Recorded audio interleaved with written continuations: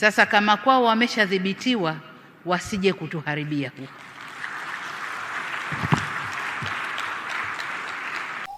In the past few days, we've seen a number of things happen in the diplomatic space in the East African community region. And this is what it means to you as an East African. Hello there and welcome to AfriRise. AfriRise is your go-to channel on matters politics, economics, and actually everything that's happening around the space of politics in Kenya, in East Africa, and the whole African region. And kindly, we would like to you support us through subscribing to our channel, through liking our videos, through sharing, and giving us your feedback. It's very critical that you give us your feedback because it enables us and actually inspires to make more videos and in a manner that makes you happier. And the past few days, we've seen Kenyans who had gone to Tanzania deported back to their country. And this has not come out of the blues. It's something that we've seen. It started in Uganda with it was not actually a deportation, but it was the hindering or the stopping of the Kenyan counsel, senior counsel Martha Karua, from representing her client in a court in Uganda. The client was the Ugandan opposition leader, Kizza Besigye, who was deported in Kenya a few months ago. And this is what it means to you as an East African and for the diplomatic space in East Africa, in Kenya, in Tanzania, in Uganda, and all other of our members.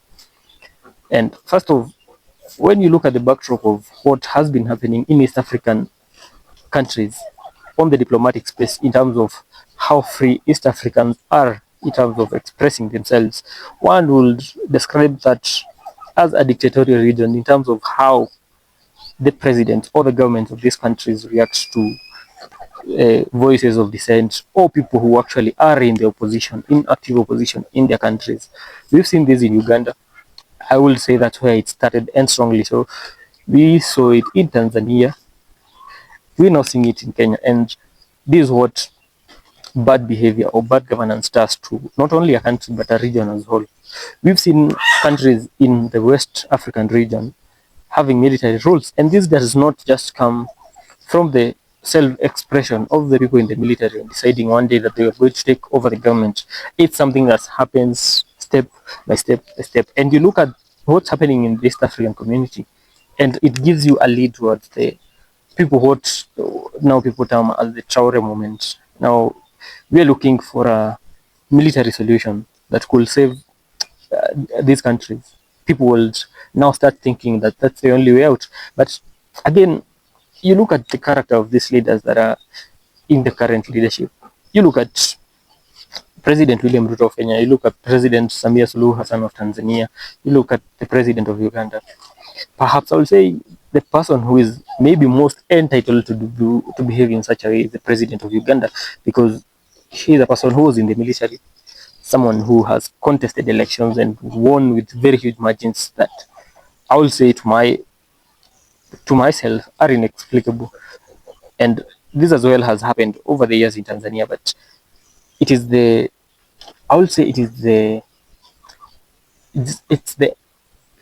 expression levels, I will say the levels of the oppression of the opposition that really matter. And we know very well that Tanzania are having their presidential or general election this year. I am not sure of the month, but they're having their elections this year. And leading up to this, the leader of the opposition in the Tanzania, or the leader of the CCM, the Chadema party, it's called the Chama cha Demokrasia na Maendeleo, has been arrested and is in police custody for the past few weeks. And the reason for this, what the government of Tanzania is accusing him of, is one, cyber crimes, which I don't know, they lead towards the publication of false information or something of that sort. And the other reason is treason. And this is a very huge concern for everyone who is following this case. When you look at these trumped-up charges, they look very similar to that which were put on the Ugandan opposition leader Kizza Besigye. And what these governments do to kind of shut dissent or dissenting voices, all those in the opposition, is actually intimidate you, make you feel maybe insecure, but this is not in the spirit of Tundu Lissu. We could see it in that court and how he was reacting to every visitor that came to visit him. And you could see police with balaclavas all around him, but he did not lose the spirit. You could see his t-shirt written "No reforms, no election." And now I want to break it down for you. The reason why Tundu Lissu, the opposition leader in the United Republic of Tanzania, is actually in police custody and the government is not willing to let him go. It's simply because Tundu Lissu is pushing for reforms in the electioneering or in the election policy of Tanzania. He's actually pushing for three main things. In Tanzania, the commission of the National Electoral Body is run by one chairperson and some 6 other commissioners are handpicked by the president in office. And this is the worry of Tundu Lissu and those he is in the opposition. They are worried that if the president is the one to just handpick with no vetting in parliament, with no vetting by any other body, only the president selects these commissioners. He is asking, if this is the case and we continue like this, how are we sure that in the future elections, a president who is sitting, or a president who all previous presidents of Tanzania have come from the CCM party, Chama cha Mapinduzi. This is the party that has been at the helm of the Tanzanian government since independence. But somehow a president who is sitting in that party, is leading that party, can select a board of commissioners to decide, not to decide, or actually to look over an election that is supposedly supposed to be free and fair. And this is something that the countries over the years have struggled with. I'm not sure of the case of Uganda, but something that in Kenya is really even grappling the minds of people right now. It's something that is actually a topic of discussion, only that in Kenya a lot of things happen at the same time and you can't keep track of one thing at every other moment. A lot of things are put to the face of the citizens, and it is actually a government strategy to overwhelm you and distract you from focusing on what really matters at that moment. The second reform that Tundu Lissu is pushing for is that if an election is disputed, or an election someone feels that it was not conducted in the right manner, he can go to court and petition that election. This is not the case in Tanzania. Usually in Tanzania, the verdict of the commission is final. If the commission says that Tundu Lissu has been elected as president in Tanzania, that's final. You cannot petition that in court. It's the decision that has to stick. You can't go to the High Court or the Supreme Court of Tanzania and petition it. This is a simple policy that needs change. This is the way of thinking of the 1990s. And if Tanzanians or the government of Tanzania is true to serve the people and the interest of Tanzanians, this is one law that needs to be amended, because times without number elections all over the world have happened with a lot of discrepancies, a lot of problems in the polling, tallying, and everything. And once you open that audit or room for petition, you kind of give satisfaction to supporters of the opposition who maybe lose, or you even stamp authority to the government that is voted in, because it makes them truly a government elected by the people and for the people. And even those people who are in the opposition who lose, having a petition or going to the court and challenging the result of that election, it gives them a feeling of fulfillment. You give them a feeling of a fulfillment, and they are just convinced that they were beaten in that election. And this is just basic competition laws. This is what I think Tanzanian government should take this and actually implement it. Fast forward to the reaction that the president had on the activists being deported, the president of Tanzania, and what the Kenyan principal secretary for foreign affairs said on the same thing. Watch. Lakini tusiwe shamba la bibi, kwamba kila mtu anaweza kuja akasema nalo litaka lipo Tanzania halipo, watu wakajisemea tu. Lakini la pili, tumeanza kuona mtiririko au mwenendo wa wanaharakati ndani ya region yetu hii kuanza kuvamia na kuingilia mambo yetu huku. Sasa kama kwao wameshadhibitiwa, wasije kutuharibia huku.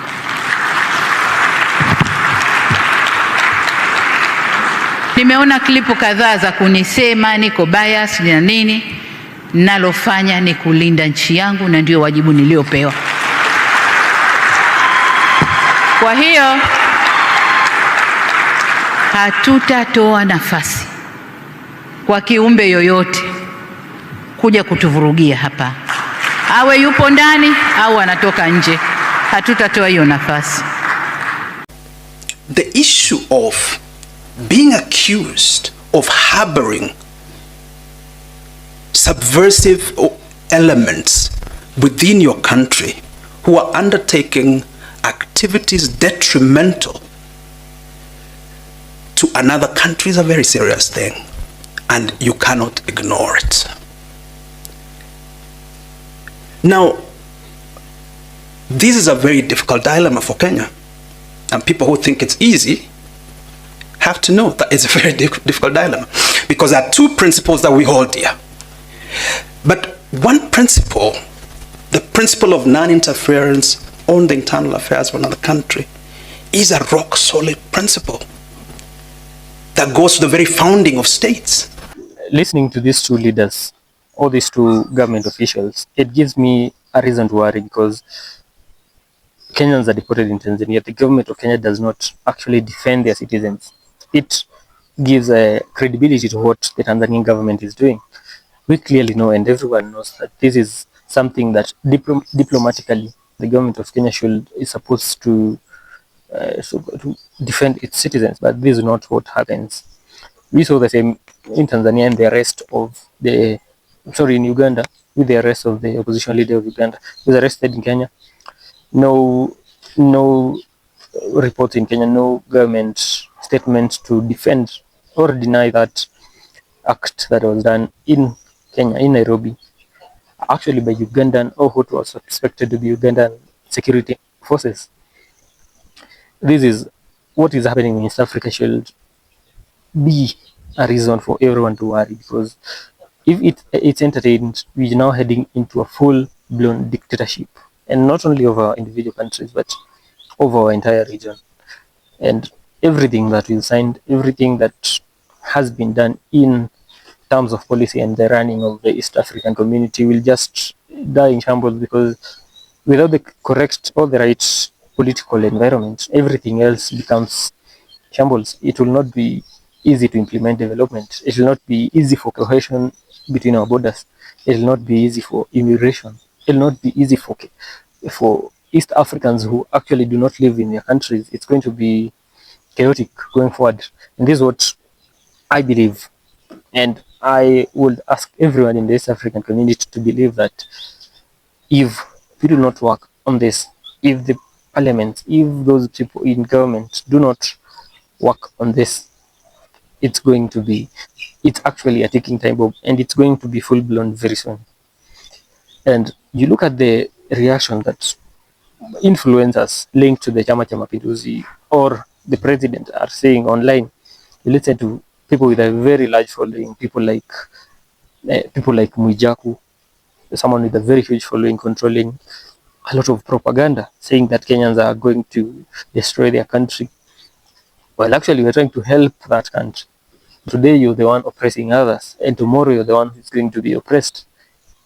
Injustice in Tanzania is going to affect Kenyans, because we are neighbors, and we know the road that starts there, or the road that started in Uganda is now in Kenya, and it's not going to stop here. It's actually going to entrench itself in the arms, in the bodies, in independence institutions in Kenya, and it's going to actually have an effect on everyone on the ground.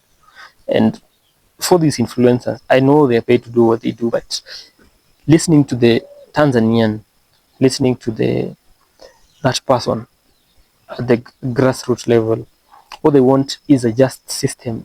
You do not actually doing those reforms in that body do not do not pose a threat for the current president to lose her seat. It's only that she has been advised or by herself has willed to play self-preservation. And when you go that route, you're likely to hit a lot of people along the way, and this is going to actually paint the country in a bad way, because you can't be president for life. You're only going to serve maybe another one term if you're elected and you go home. But what happens to people who come after you? What happens to generations that you live? What country do you live? And you look at the founding father Mwalimu Julius Nyerere of Tanzania, he will not have entertained such things. He will not have let Kenyans or any other people from the African world or anywhere in the world be oppressed in their country unjustly. And people need to run from that mindset that you have to just be loyal to this party, you have to be loyal to this person because they are president, they are the leader of the country, you have to respect them. Respect is not psychopathy. Respect does not need to make you a psychopath. You can make your own independent decisions without disrespecting someone. And going forward, or even what I've observed right now, it's what many Tanzanians want. And if it's not worked on, again, it's going to be a time bomb. It's going to blow very soon. And it's maybe going to spiral out of control then. So what I will say is, let us learn to live with dissenting voices. And if we ever always agree, we're actually not going to improve our country. We have to oppose each other so that we create a better and even a harmonious society. Because it is in these disagreements or oppositions that we find where we're making mistakes and correct them from there. And I would like to hear from you what you think is the situation of democracy in Tanzania as well as the larger East African community region. Kindly comment your views below, like this video, subscribe to our channel, and share as many videos from our channel as you can to as many of your friends as you can. Till next time, adios.